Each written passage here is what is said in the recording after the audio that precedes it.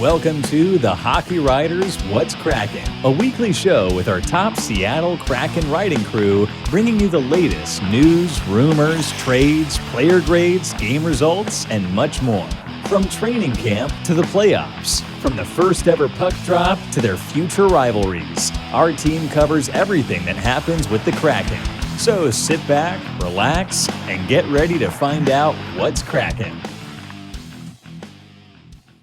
Welcome to the THW What's Kraken show, hosted by Tom Pepper, that's me, Sean Raggio, and Adam Kierszenblat. Presented by the Hockey Writers, we talk Seattle Kraken hockey every week on iHeartRadio, YouTube, and wherever you get your podcasts. Make sure to check out our written work at thehockeywriters.com and follow Sean and Adam on Twitter at Raggio9124 and at Adam K-Blatt. So, how are you guys doing? I wasn't with you last week, unfortunately, but you guys, I watched the show. Great show. What have you been up to this week, Sean? Yeah, it's been a blur. It feels like yesterday I was here talking with you, with Adam.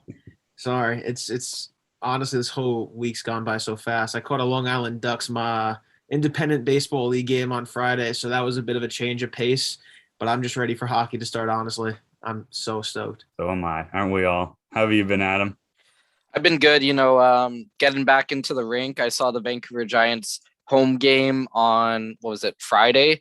It's the first, I got to sit in the media box, so I felt really special. It's the first game that I have seen hockey live since the Vancouver Canucks retired the Sedin's jerseys back in, I want to say February of 2020. I don't know exactly the date, but it was just nice to get back in the arena.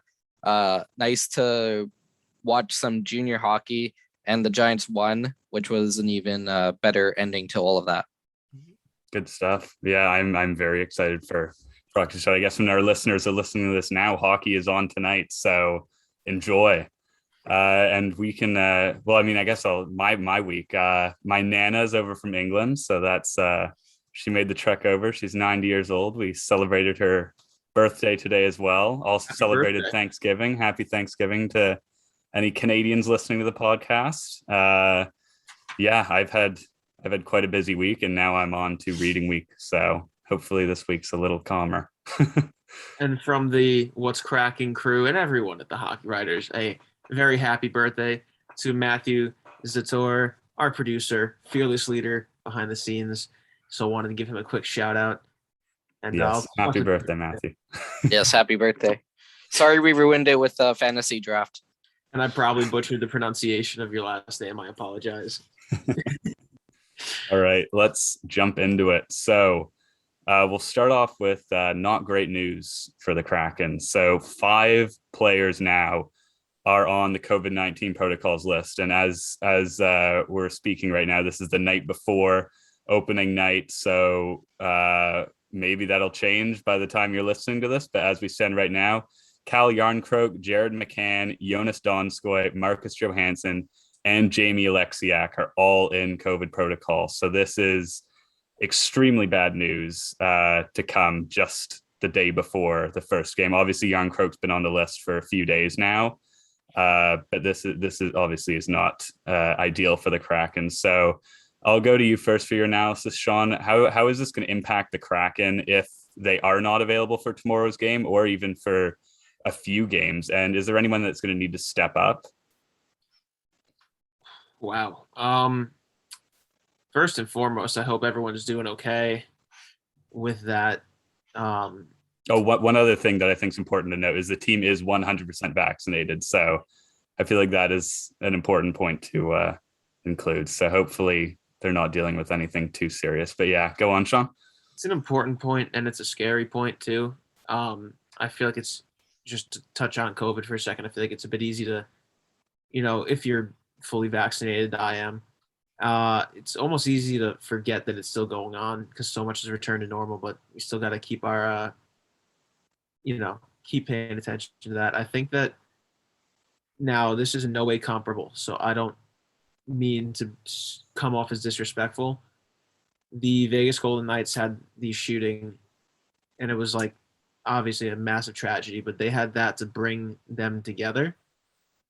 And I think that for the Kraken, this is what could bring them together. not just because, of the hockey aspect, having to bring up guys who maybe weren't going to make the team, but just because it's such a scary thing, right? Like you're going to lean on your buddies, you're going to lean on these new guys. It could, in effect, bring the team together. And again, I hope that doesn't come off as disrespectful. I in no way intend to make that comparison to make light of one of the other, but I mean, there was something at my job months ago where there was a little bit of a COVID scare, and it brought a couple of us pretty close together just talking about it, and that could hopefully relieve some of the mental, health implications that this could have on them. And they might not get off to the best start, but they may be a closer team because of it. Mm-hmm. There's also no confirmation just because of how NHL COVID protocols work. We don't know for sure if they do have COVID, but it is definitely concerning that now 4 players have been added on today after Yarncroke was added a few days ago. So it's kind of really just guessing with this, and I guess just see how this all plays out. So we don't know anything for sure, but of course, hopefully all these guys are okay. And as you mentioned, bringing the team together here, the Kraken are going to face adversity right off the bat. It looks like if they're missing all these guys on opening night, they're going to have to face some adversity here. Guys are going to have to step up. We're going to talk about one guy who was claimed off waivers today from the Tampa Bay Lightning in a bit. But yeah, people are going to need to step up if these guys are out, because these are some fairly big names. Like you have Jared McCann there. He's your first line center. You got Jamie Alexiak. He's your big guy back on defense. Marcus Johansson and Jonas Donskoy. I mean, all of them are going to be key pieces on this roster. So it's really unfortunate this has happened, and hopefully they are all right. So Adam, I'll let you get a word on this, maybe from a different angle. How do you think the Kraken could overcome this if these players are indeed out for a while? Who are you looking to step up? And do you think this could be the sign of a tough run for Seattle to start the season? Well, first off, there are a couple things that, we do have to remember when it comes to this COVID protocol, in that, the Kraken are 100% vaccinated, but as far as we understand it from the league perspective, that this means that all of these players had positive tests. That's because they're all vaccinated. That is usually what it means. So because we haven't heard anything by now that they have come back with negative tests, because now it will pass the 24-hour mark before a game, it means that these 5 players are out for at least the Vegas game. The question now becomes if they can contain this, because it started with Kelly Yarncroke about a week ago, and now it's expanded to 5 players. We saw something similar with Vancouver last season. The NHL doesn't want the same situation. So that's something to watch. But players that will step up, it's for me on the offense, it's going to be Morgan Geekie. I think that you might see him play first line center minutes for the Kraken in the first game. Jaden Schwartz does have the ability to play center if needed, but for me, it's Morgan Geekie might get the biggest opportunity here to play with Schwartz and play with Jordan Eberle. Yanni Gord, we've been told he's day-to-day now, so he won't be ready for tomorrow's game, but maybe by game 3 or 4, he can come in. That is also dependent on these 5 tests, who comes back positive, how long they're out positive, things like that. And then on the defense, I think that the name to watch, there are 2 names. It's Jeremy Lauzon and Dennis Cholowski. I think that Lauzon gets the call over Cholowski because he's more of he's better defensively, but don't rule out, Dennis Cholowski from Langley, British Columbia. Like, this kid can play. There's a reason he made the Detroit lineup right out of training camp a couple of years ago when he wasn't expected to. Like, even though he is a more offensively minded defenseman, that is somebody who can play well in his defensive zone, but it's all going to come down to how well Philip Grubauer plays. I don't think that they're going to play Chris Driedger much in the beginning of the season, especially with, now 7 players out, 5 with COVID. Then you have Yanni Gord and Nathan Bastian. So can Philip Grubauer hold down the fort, where tomorrow we might see a game where the shots are, 45-20 in favor of Vegas? Mm-hmm. Yeah, and it's you also mentioned about I'll just go back to when you were mentioning guys like Jaden Schwartz being able to play center. I just remember all these 1-year signings we've been talking about through this entire show up to this point about just how many versatile forwards this team has, how many guys can play pretty much any position on the ice. And if this is indeed if this means that the Kraken are going to have some of their key players out for a while, Ron Francis has prepared the team as best as he possibly could to have guys that are going to fill in. So he's done his job there. And also, yeah, you want to add something, Sean?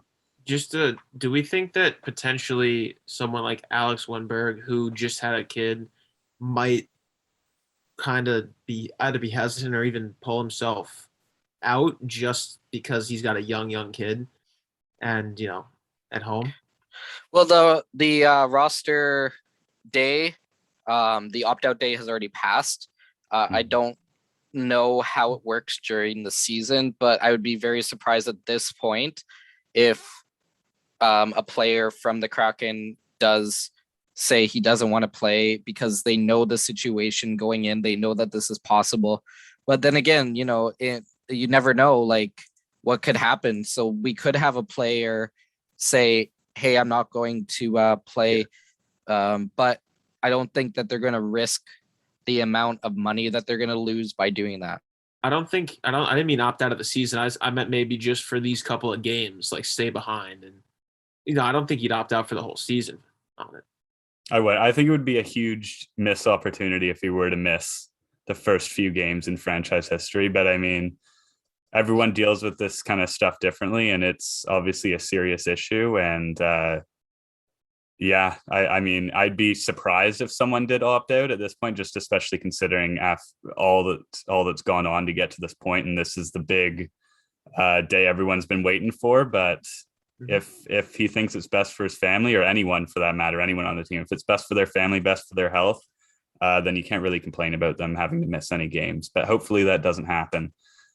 Just to wrap up this little bit here about players who could potentially fill in if some guys are out. The Kraken claimed Alex Barre-Boulet from the Tampa Bay Lightning, which was quite a surprise for a lot of people, because I think a lot of fans of NHL teams wanted their team to pick this guy up, and it ended up being the Seattle Kraken. So maybe this is a guy who could come in and earn a full-time role. He spent the last 3 seasons primarily in the AHL. I'll just read off some of his stats. So this last season, 2020-21, he had 12 points, 8 goals, 4 assists in 10 games. Then in 2019-20, he had 56 points. That's 27 goals, 29 assists in 60 games. And then the season before that, 68 points, 34 goals, 34 assists in 74 games. So that's all with the Syracuse Crunch. And when I look at those numbers for a guy who's 24 years old now, that is an incredible pickup for the Kraken. And it looks like he could be someone who really could actually have a breakout season here, especially if he's getting this opportunity this early in the season. So I'll go to you first, Adam. Do you have any opinions on this signing waiver claim? Yeah. Well, I mean, there were multiple teams. That's what we understand that we're in on Barre-Boulet. Look, he's a great kid off the ice and on the ice. In junior, he absolutely lit it up in his final year. He was the QMJHL Player of the Year as well as the CHL Player of the Year. And this is a great opportunity for him because he was going to play in this lineup. It was just a matter of if he was going to play all 82 games this year. But now with all of these players out, maybe he gets a more elevated role. He could be this third line center where you have a guy like Wenberg and then Geeky as your number 1 and number 2, and then Barre-Boulet and then Ryan Donato as your 3 and 4. He can also play the wing if you need. You can replace a guy like Kelly Yarncroke or Giannis Donskoy in the top 6 if you need on the wing. So he's very versatile. He can score goals. He played on Tampa Bay's first line for a while when called up. So this is a great signing. It comes at a perfect time, especially with all of these players out. And also he has a mentor that he knows in Yanni Gourde. He was Yanni Gourde with the Tampa Bay organization. So that's a player that he can already lean on. And to help him with this transition to the Seattle Kraken. So it's a great waiver claim. Seattle's lucky to get him. Seattle really deserved to get him because he was the one player that I'm sure a lot of NHL teams were on. So great that the NHL was able to make that happen in their waiver claim setup. Yeah, it's great pickup. To you, Sean?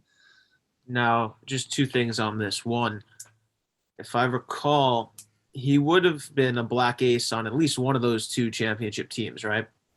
Even if you're not playing, you're around that championship environment, right? And I think that's going to have a magnificent impact on his career. I'm not saying he's going to come out and be a 30-goal scorer, but I mean, if he comes out and just lights the lamp every other game this year, he's signed for 3 years at a total contract of $2.275. That's roughly, according to what I see on Cap Friendly, forgive my math, maybe roughly $1,000 less average annual value than he made the last contract. He's making about $758 and change a year. So that's a beautiful contract if he pops off. And that's really all I got to say. The numbers speak for themselves. The AHL level, he's got Gord, like Adam said. Let's see what he can do. Honestly, got the opportunity, go for it. Your thoughts, Tom? And he played 15 games with Tampa Bay last season in the NHL. So he was around that locker room that went on to win back-to-back Stanley Cups, like you mentioned. He scored 3 goals during that time. So we'll see what he has to offer. I look at his stats, and he looks like a guy who can put the puck in the net or put it to someone else's stick to put it in the net. He pretty much equally gets goals and assists, and he gets a lot of both. So we'll see how that translates to a brand new organization. On to the next topic, a big announcement today. Seattle Kraken has named their first captains in franchise history. So, like a lot of people were speculating and expected, Mark Giordano gets the C. He is the captain. He was the captain of the Calgary Flames for the last 8 years. So this is a guy who has a lot of experience in this role, but this is obviously going to be a lot different considering this is a bunch of new guys being brought together for a brand new organization. So, and then next up, we have the alternate captains are Jordan Eberle, Adam Larsson, Jaden Schwartz, and Yanni Gord. So 3 of those guys, Eberle, Larsson, and Schwartz, have alternate captain experience. Yanni Gord, you can obviously throw in there. He's, from what I've seen, I mean, he's only been at training camp, half the time now. He's back on the ice. He's day-to-day now.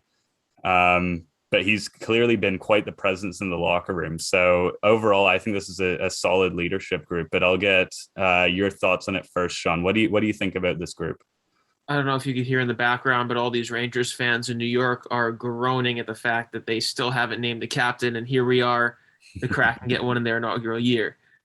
Personally, I don't have a problem with it as much as Twitter explodes about it, but I think obvious choice and the right choice, Mark Giordano, is the captain of this team. I don't think there's much that has to be said there. Interesting to see Jordan Eberle. I think that I don't know if he would have been named an assistant captain if he didn't have that experience on Long Island playing under Lou Lamoriello, Barry Trotz. Just going down the line, Larsson, I think that this is going to be a great setup for Larsson. He's got the leadership. He's dependable, and he's out of that shadow of the Taylor Hall trade. Now Adam Larsson could be Adam Larsson, not Adam Larsson, the guy who was traded 1-for-1 for Taylor Hall, who's pretty much becoming a suitcase at this point, but that's neither here nor there. Jaden Schwartz, admittedly, I don't know as much about him personally aside from him as a player.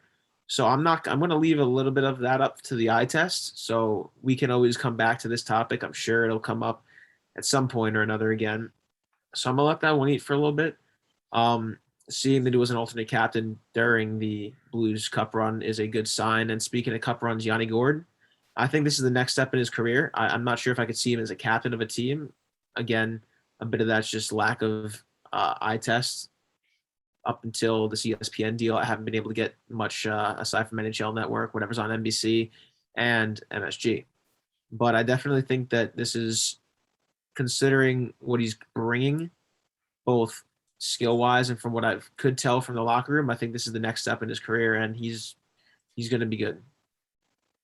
And I'll give this next question to Adam. Are there any players that you thought should have gotten a letter who didn't? For example, one name that I think comes to a lot of mind is Brandon Tanev. Well, yeah, Brandon Tanev, but Jamie Alexiak is a player that I think could have been named captain. You know, he has that sort of fan favorite vibe. He stands up for his teammate. He seems like the type of guy that would be a leader in the locker room. I know he didn't have the best preseason, but you know, who knows what the factors around that were. And now he's tested positive for COVID, so that's a situation to watch. But going back on Sean's point about James Schwartz, you know, I really like James Schwartz becoming an assistant captain. A lot of people don't remember this, but back in 2011, 2012, he captained Team Canada at the U20 World Championship. So that was a pretty stacked team. You know, you had guys like, well, they didn't have huge NHL careers, but guys like Brett Connolly, Devontae Smith-Pelly, Quinn Howden, and Brandon Gormley made up that leadership group. So that's, you know, this is not the first time that he has had that leadership role. The one thing I will say about the captaincy, though, is I'm very surprised that they named one in year one. I'm surprised that they didn't go with the Vegas route where they wait a couple years, really solidify who's going to be there and who's not, because we don't know if Giordano is going to stay in Seattle or if he's going to retire at the end of the year.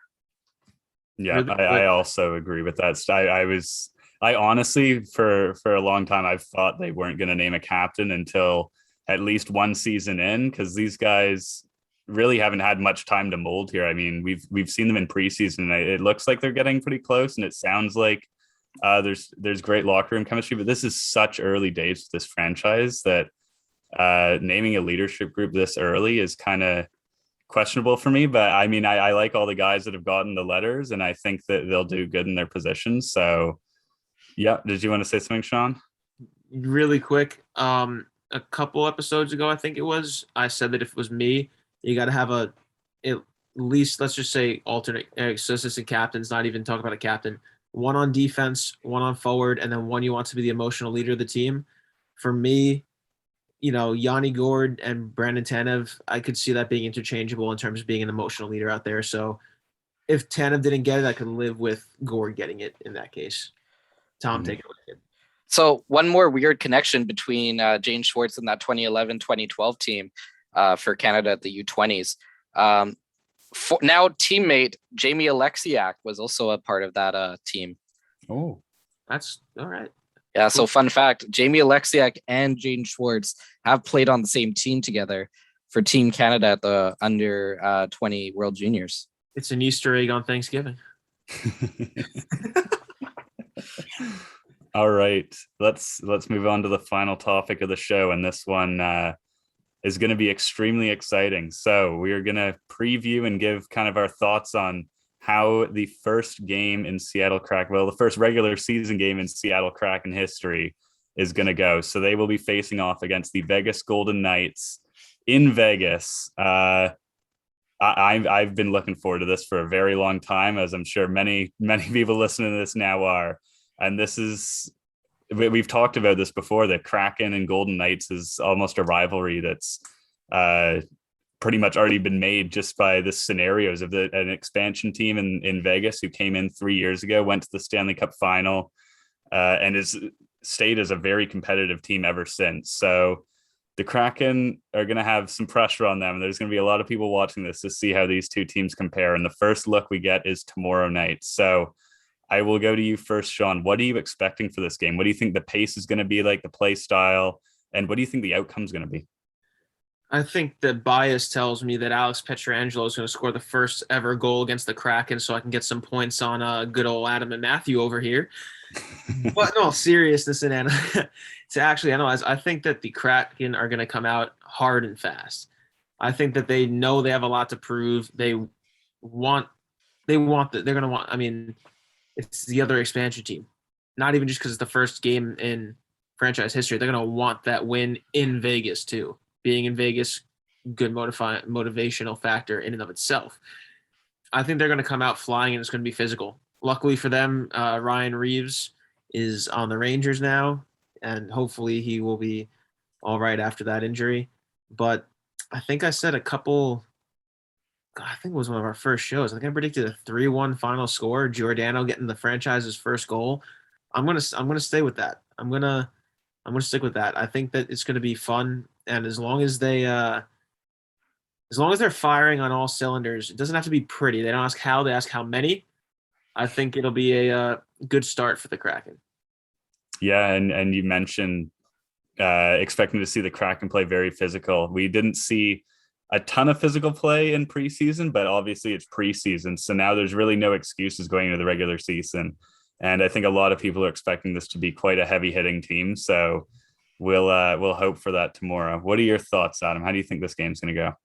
Well, I'm not a huge fan of Vegas and how they built their roster. I think that they don't have a solid enough backup. I think that their center depth is lacking, and I don't really like their bottom pair. So I don't believe the hype that Vegas is just going to steamroll everybody in the division. Yeah, they're going to be good against teams like San Jose, Anaheim, but it's going to be a lot closer than we think. That being said, because of the new information that we have gotten today about the Seattle Kraken roster and who's not going to be there, I do think that it's going to be a very difficult game for the Kraken to generate offense. Jared McCann, he's not a number one center, but he's performed like it through the preseason. Jonas Donskoy and Kelly Yarncroke, they've done okay. Marcus Johansson was going to be that like third line grinder type of guy. So it's more about who can step up in their absence. I don't think that Seattle walks away from Vegas with the victory. I think it will be a close game just because Philip Grubauer will stand on his head. But if Seattle has a chance, they need to be able to get at least 6 shots in the first 10 minutes on Robin Lehner to test him. That's another player that I'm kind of iffy on is Robin Lehner. I don't know how he's going to, there's been a lot of focus on the mental health aspect. He's had an injury history. I don't know how he's going to hold up for the entire season without that, that safety net, that backup behind him. But if you can get a lot of shots on Lehner early and you can get maybe 1 or 2 goals behind him, then it changes the narrative a lot, because this is a goalie who kind of starts to lose a little bit of confidence if he allows bad goals. So watch out for that. But I just don't see it with the Kraken roster that's projected to play tomorrow.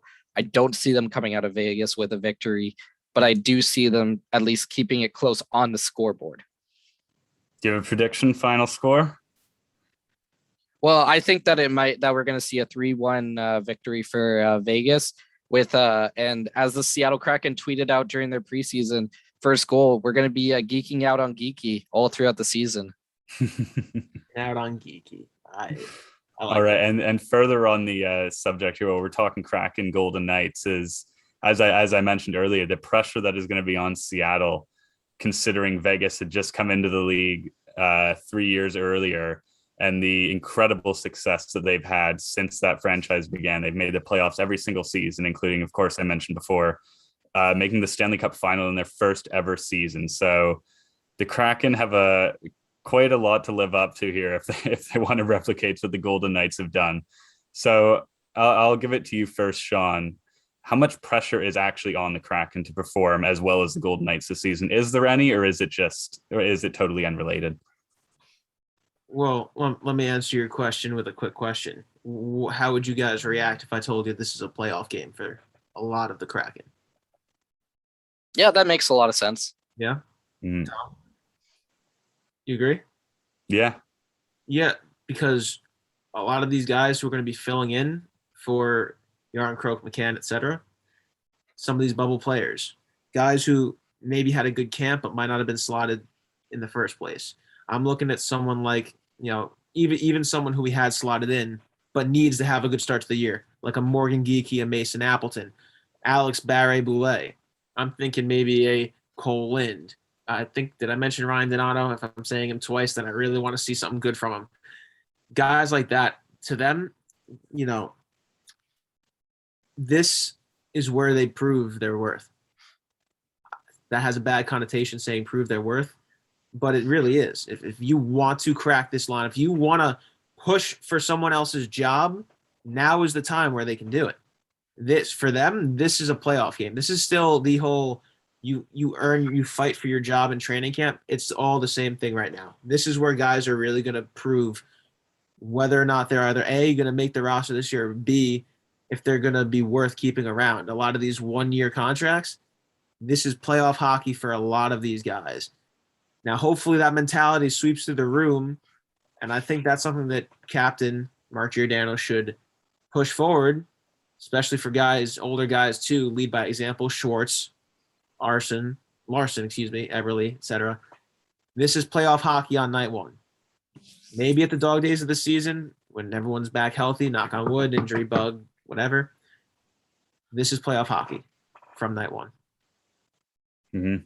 Yeah, this team, I expect them to be playing extremely hard, especially considering, as we mentioned earlier, the players that are out right now. A lot of them are key players, so a lot of these depth guys are going to have to come up, and this is really their shot to prove if they can earn their role on this team long term.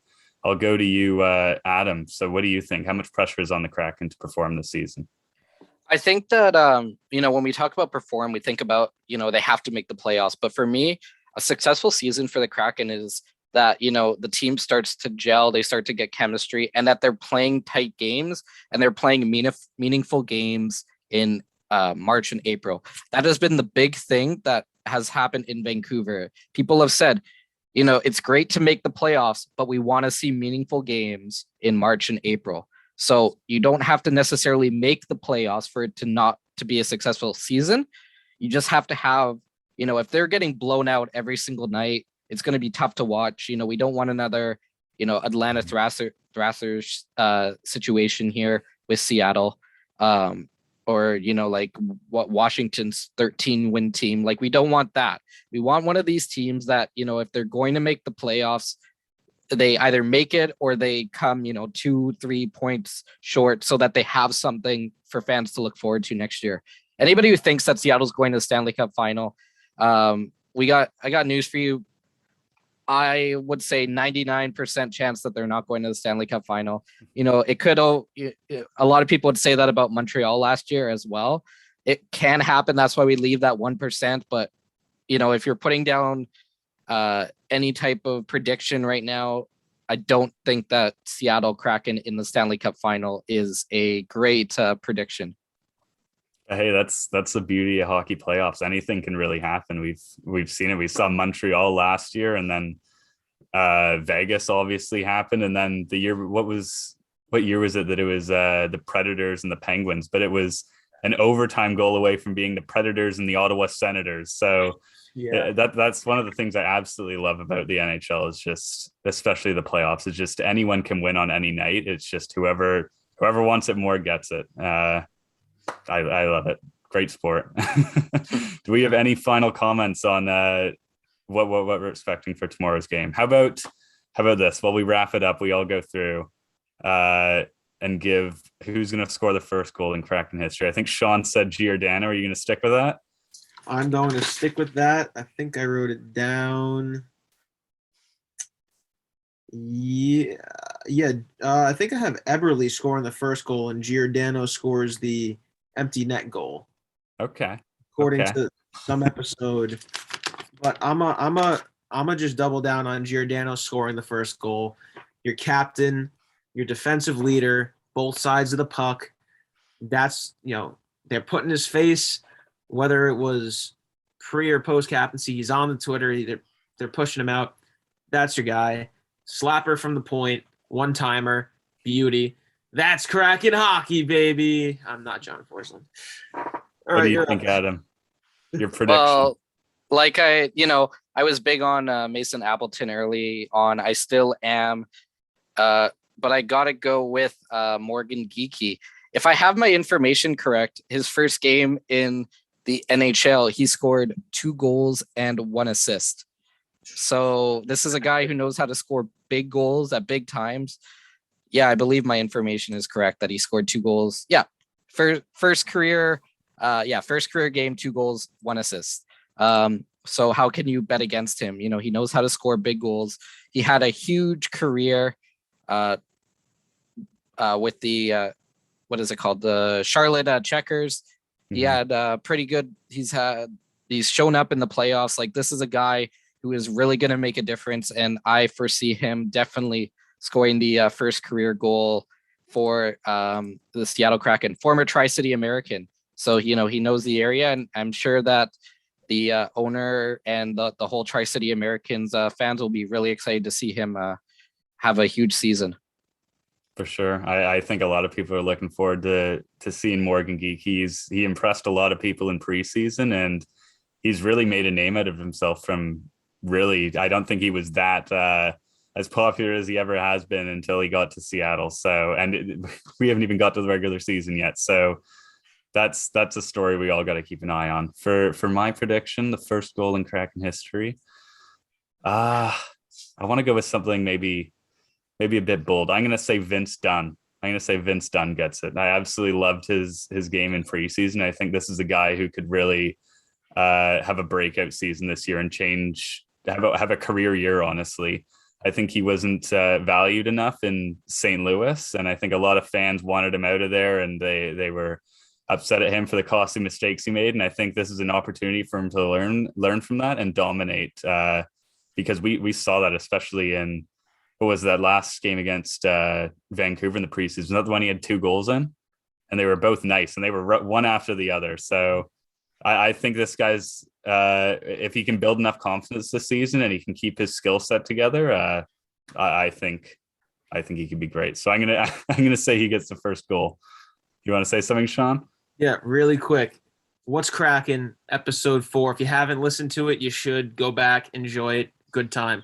First Kraken goal will be Gio from the defensive end. I said, or Tanev. We're sticking with Gio on this one. I am riding my captain to the promised land. First goal, Schwartz and Eberle were the 2 following goals. 3-1 Kraken win. Keep the change. All right. Well, we'll have to see what happens. All right. We will wrap this up. Enjoy the game, everyone who's listening to this. And this has been awesome. I mean, we've got to cover this team before its inception, and we'll continue to cover them throughout the season. So yeah, just think about it. We're on episode 9, and the team hasn't even played a game yet. Yeah, boys. It's only going to get better, hopefully, unless we run into some crazy stuff. That makes me think of Vegas. Now that we're thinking about the this COVID situation with the Kraken, how many goaltenders did the Vegas Golden Knights go through that in their first season? That's another expansion team that had to deal with adversity. Was it like 5 goaltenders they went through? 6 goaltenders? Yeah, they had Malcolm Subban playing at one point, and he just got waived by the Chicago Blackhawks. Now that's a player that just out of the blue has, like, Malcolm Subban, like, he had all this hype around him, and then look at like what happened with him. That's a player that definitely that's an interesting case study for sure about goaltenders. Yeah. Hopefully the Kraken don't run into that issue, because I don't think they have enough goaltenders to afford that. All right, let's wrap it up. This has been a good show. So thank you for tuning into this week's episode of THW What's Kraken. We hope you enjoyed the show and look forward to next week, as we'll be breaking down any Seattle Kraken news and rumors that come up over the next few days. Again, make sure to check out our written work at thehockeywriters.com and follow Sean and Adam on Twitter at Raggio9124 and at Adam Kierszenblat. From Tom, Sean, and Adam, this has been THW What's Kraken.